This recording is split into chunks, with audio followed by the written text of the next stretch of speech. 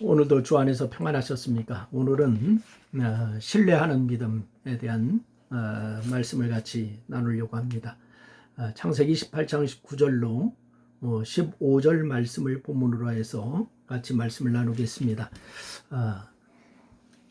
히브리서 기자가 아브라함이 보인 믿음의 고백들을 소개한 후에 아브라함의 아내 사라의 믿음을 소개하는 것을 우리가 히브리서 11장 11절을 통하여서 발견할 수 있습니다. 사라가 나이가 많아 단산하였으나 약속하신 일을 미쁘신 줄로 알고 잉태할 수 있는 힘을 얻었다라고 이렇게 말씀을 주고 있습니다. 그것이 사라 자신의 믿음 때문이라고 하는 것입니다.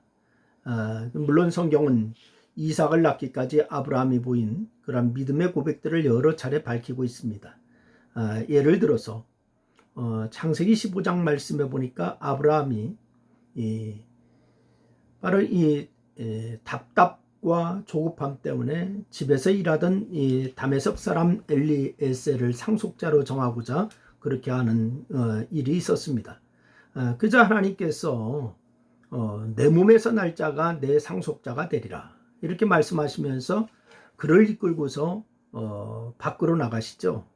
그러면서 밖으로 나가서 하나님께서 하늘을 우러러 무뼈를 셀 수 있나 보라 이렇게 말씀하시죠. 그래서 내 자손이 이와 같이 많으리라 그렇게 말씀했어요. 그래서 이때에 바로 창세기 15장 6절 말씀에 보니까 아브라함이 여호와를 믿으니 그렇게 말씀하고 있습니다. 여호와를 믿으니 여호와께서 이를 그의 공의로 여겼다. 믿을 때의 공의로 여겼다. 이렇게 말씀하고 있습니다.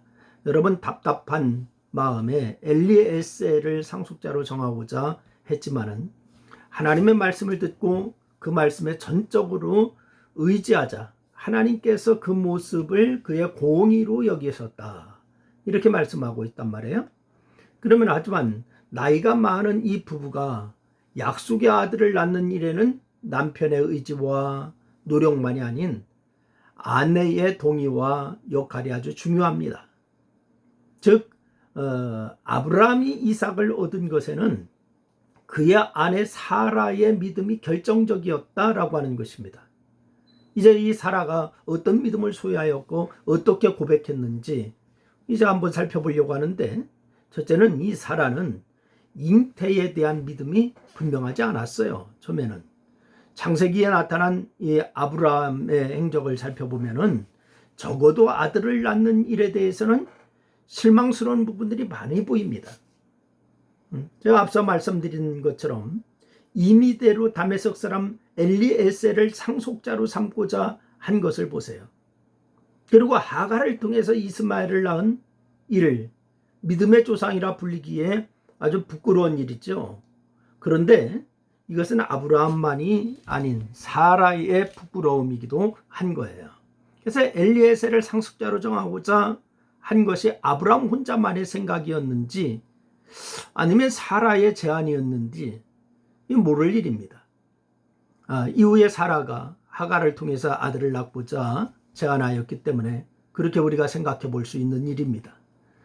특히 사라는 그렇게 제안한 이유에 대해서 창세기 16장 2절 말씀해 보니까요, 여호와께서 출산을 허락하지 아니하셨다 이렇게 고백하고 있거든요.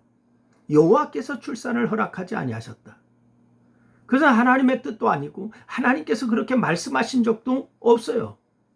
오직 자신의 생각이고 하나님께 대한 불만의 표현 이렇게 얘기할 수가 있단 말입니다. 그런데 이것은 그야말로 믿음 없는 행동으로서 그 일로 인해서 사라와 아브라함은 큰 고통을 겪어야 했습니다.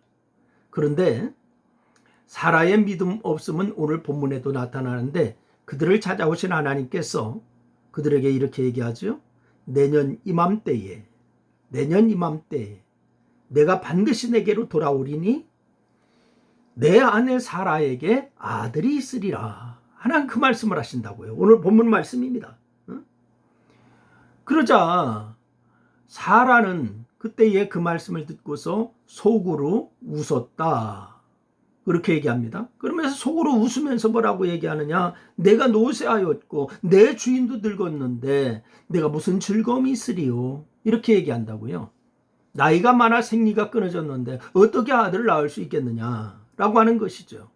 이것이 사라가 가지고 있었던 한계였습니다. 아니, 사라의 한계가 아니라 여러분과 저의 한계다. 이렇게 얘기할 수도 있습니다. 두 번째 우리가 살펴봐야 할 것은 사라는 하나님의 사랑에 굴복하여서 믿음을 갖게 되었고 믿음으로 잉태하게 되었습니다.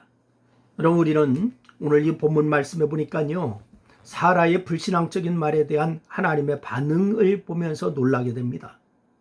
사라가 이렇게 불신앙적인 말을 할 때에 하나님께서 어떻게 반응하십니까? 하나님께서 일부러 그들을 부부를 찾아오셔서 기쁜 소식을 전해주셨는데 기꺼이 그들이 보인 반응이 뭐냐? 너무 실망스러운 모습이었습니다. 아브라함도 하나님께서 이삭의 탄생을 말씀하시자 엎드려 웃으면서 창세기 17장 7절 말씀해 보니까요, 100세 된 사람이 어찌 아들을 낳을까? 사라는 90세니 어찌 출산하리요? 이렇게 얘기한다고요. 하나님께서 직접 부부를 찾아오셔서 말씀하는데 이들은 너무 실망스러운 모습 아닙니까? 그런데 이 사라도 똑같은 잉태를 예언하시는 하나님의 말씀에 부정적으로 반응하면서 웃었으니 이거 답답한 일이 아닐 수가 없는 거죠. 응? 하지만 하나님께서 그런 사라를 용납하시고 참으시고 다시 한번 사라에게 개인적으로 잉태를 예언하시는 그런 모습을 보게 됩니다. 그래서 오늘 본문 말씀해 보니까 뭐라고 얘기하냐? 여호와께서 능하지 못한 일이 있겠느냐? 시한이 이를 때에 내가 내게로 돌아오리니 사라에게 아들이 있으리라. 이렇게 말씀하신다고요. 아마도 사라는 깜짝 놀랐을 거예요. 그래서 두려운 마음에 내가 웃지 아니하였습니다. 이렇게 얘기합니다. 아까 분명히 웃었잖아요. 근데 이 하나님의 말씀을 듣고 내가 웃지 아니하였나이다. 이렇게 말했어요. 그러니까 하나님이 그 사라에 웃지 않았다라고 얘기할 때에 뭐라고 얘기하냐? 아니라 내가 웃었느니라. 분명하게 말씀합니다. 조용히 그리고 강력하게 그의 불신앙을 책망하면서 믿음을 그 마음에 불어넣어 주신 거예요. 그래서 이후로 사라는 하나님께서 약속하신 것을 반드시 성취하시는 신실하신 분임을 믿게 되었고 하나님의 말씀을 붙잡았습니다. 결국 사라는 죽은 자와 같이 생리가 끊어진 몸이었지만은 그 믿음으로 잉태할 수 있는 힘을 얻게 되었어요. 그때 사라의 나이가 몇 세냐? 91세라고 하는 많은 나이입니다. 이삭을 낳게 되었습니다. 아들 낳았으니 얼마나 기쁘고 즐거웠겠어요?